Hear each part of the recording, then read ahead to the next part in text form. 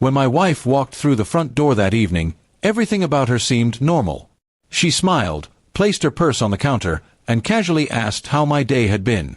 But I wasn't in the mood for small talk.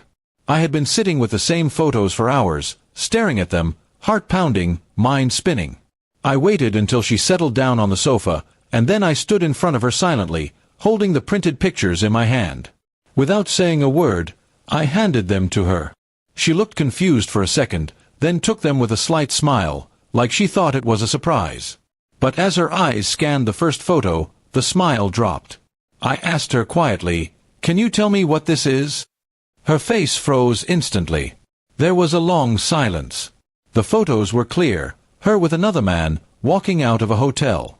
Different angles, different days. Not just one-time proof. Her hands trembled as she held them, her mouth opened like she wanted to speak, but no words came out. She finally looked up at me, and her eyes were already full of tears. "Where did you get these?" she asked in a whisper. I didn't answer. I just stared at her, waiting, hoping she might deny it, give me some explanation, even a lie. But she didn't. Instead, she lowered her head and let the pictures fall to the ground. I felt something in my chest crack, but I kept my face calm. "I followed my gut," I said. "For months, I felt something was wrong. You were distant. Your phone was always locked. You'd come home late without a real reason. So I hired someone. And this is what he found." Tears rolled down her cheeks, but she didn't try to reach for me. She didn't say sorry. She didn't beg. She just sat there, ashamed, broken, caught. I think a part of me wanted her to fight for us, to say it was a mistake, to beg me not to leave. But she didn't. I asked again, more firmly, "How long?" She hesitated, then said, "Almost a year." That hit me harder than the photos ever could. A year. A whole year of lies, of pretending, of sleeping next to me like nothing was wrong. "Do you love him?" I asked. She shook her head. "No," she said. "It wasn't about love. That made it worse. If it wasn't love, then what was it? Lust? Boredom? A need for attention?"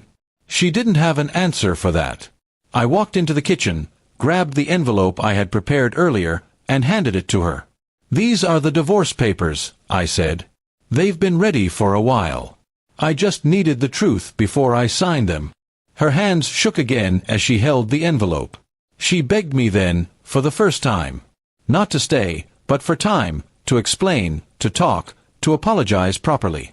But it was too late. I had spent too many nights wondering, doubting myself, questioning my worth.